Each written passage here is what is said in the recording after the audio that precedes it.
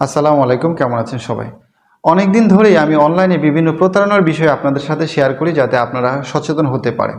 সাম্প্রতিক সময়ে এই অনলাইন প্রতারণা অনেক বেশি বেড়ে গেছে। শুধুমাত্র অর্ধশিক্ষিত বা অশিক্ষিত মানুষজনই যে অনলাইন প্রতারণার শিকার হন বিষয়টা তা নয়। অনেক সময় অধিক শিক্ষিত মানুষজনও সচেতনতার অভাবে অনলাইন প্রতারিত হতে পারেন। কিছুদিন আগে আমার বিশ্ববিদ্যালয়ের এক শিক্ষক এবং তার স্ত্রী দুজনে মিলে দোলনা গ্যালারি নামক একটা ফেসবুক পেজ থেকে দোলনার অর্ডার দেয়। দোলনার দাম ছিল ২৮,০০০ টাকা। তারা বলেছিল যে যদি আপনি ৪৫০ টাকা অ্যাডভান্স করেন তাহলে দোলনাটা আমরা আপনার বিশ্ববিদ্যালয়ে পৌঁছে দেব। তাদের কথা অনুযায়ী স্যার তাদেরকে ৪৫০ টাকা অ্যাডভান্স করে এবং তারা বলে যে ২৪ থেকে ৪৮ ঘন্টার ভিতরে দোলনাটা আপনার বিশ্ববিদ্যালয়ে পৌঁছে যাবে। ঠিক একদিন পরে স্যারকে একজন ফোন দেয়, ফোন দিয়ে বলে যে আপনার যে দোলনাটা চট্টগ্রাম এসে পৌঁছেছে, আপনি যদি এখন 50% টাকা আমাদেরকে দেন তাহলেই শুধুমাত্র আপনি এই দোলনাটা পাবেন। স্যার তখন তাদেরকে বলে যে আমার তো শুধুমাত্র ৪৫০ টাকা অ্যাডভান্স দেওয়ার কথা ছিল, আর তো টাকা দেওয়ার কথা না।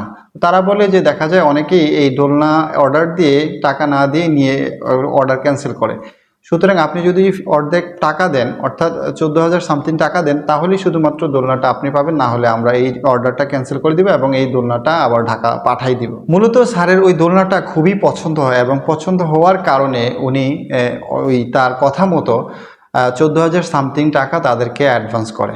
বিকাশে অ্যাডভান্স করার পর তারা বলে যে আপনি যে টাকাটা অ্যাডভান্স করেছেন আপনি আপনার টাইম আউট হয়ে গেছে, আপনি টাকাটা আমরা পাইনি, আপনি একটা কাজ করেন আবার ১৪,০০০ সামথিং টাকা অ্যাডভান্স করেন, তাহলেই শুধুমাত্র আপনার আগের টাকাটা আপনার কাছে রিটার্ন আসবে এবং পরের টাকাটা আমাদের এখানে ক্যাশ ইন হবে। ক্যাশ ইন হওয়ার পর আমরা আপনাকে দোলনাটা আপনার ঠিকানায় পৌঁছে দেব।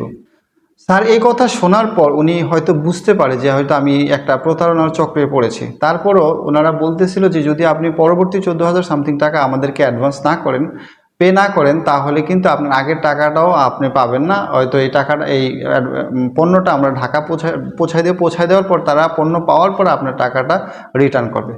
তো উনি অনেক বার্গেনিং করে ওদের সাথে যে আমি কেন পাবো না টাকা, আমি তো টাকা ১৪,০০০ সামথিং টাকা দিয়েছি, আপনি আগের টাকাটা আমাদের ব্যাক করেন। ওনারা টাকা ব্যাক করতেছে না। পরবর্তীতে উনি নিরুপায় হয়ে আবার ১৪,০০০ সামথিং টাকা তাদেরকে ক্যাশ ইন করেছে। ক্যাশ ইন করার পর উনি এই দেখতে পান যে ওই নাম্বারগুলা, সেই নাম্বারগুলা সবগুলা নাম্বারগুলা বন্ধ। পরবর্তীতে এই ঘটনায় স্যার একটা জিডি করে, একটা মাধ্যমে এই জিডিটা আমার কাছে আসে, বলে যে বিশ্ববিদ্যালয়ের শিক্ষক আমি চেষ্টা করি সেই টাকাটা উদ্ধার করে দেওয়ার জন্য। যে নাম্বারগুলোতে টাকা আসলে লেনদেন হয়েছে আমি প্রত্যেকের এনআইডি কার্ড নেই, এনআইডি কার্ড নেওয়ার পর দেখি এবং তাদের সাথে যোগাযোগ করি। যোগাযোগ করার পর তারা বলে যে আমাদের নামে যে বিকাশ খোলা সেটা তারা নিজেরাই জানে না। এটা বিষয়গুলো হয় অনেক সময় অনেকে যারা বুঝে না তাদের এনআইডি কার্ড বিভিন্নভাবে ওই প্রতারক চক্ররা সংগ্রহ করে ওই এনআইডি কার্ড দিয়ে বিকাশ খুলে ওই বিকাশ দিয়ে তারা বিভিন্ন প্রতারণার কাজে লিপ্ত হয়। এটা একটা সংঘবদ্ধ চক্র, যেহেতু তারা নিজেদের এনআইডি কার্ড ব্যবহার করে অপরাধ করে না এবং যে দোকানগুলো থেকে তারা ক্যাশ আউট করে সেই দোকানের সিসি ক্যামেরা থাকে না, বা তারা ওই দোকানগুলোতে টাকা ক্যাশ আউট করার সময় তারা নিজেদের এনআইডি কার্ড তাদেরকে সাবমিট করে না, সেই জন্য তাদেরকে ধরা অনেক বেশি কষ্ট হয়ে যায়। এই জন্য আমি অনলাইনে কেনাবেচার ক্ষেত্রে কিছু পরামর্শ দিয়ে থাকি। সেটা হচ্ছে ট্রাস্টেড কোনো সাইট ছাড়া কখনই অনলাইনে পণ্য কিনবেন না। দ্বিতীয়ত হচ্ছে অবশ্যই রিভিউ দেখে নেবেন। অনেক সময় আপনি এই ফেক পেজগুলোতে গিয়ে দেখবেন যে অনেক ফেক রিভিউ থাকে। তারা নিজেরা সেজে যে আমি এই পণ্য পেয়েছি, অন্যটা অনেক বেশি ভালো ছিল, আপনাদেরকে ধন্যবাদ, সেলারকে ধন্যবাদ, এই ধরনের মুখরোচক অনেক কথা থাকে।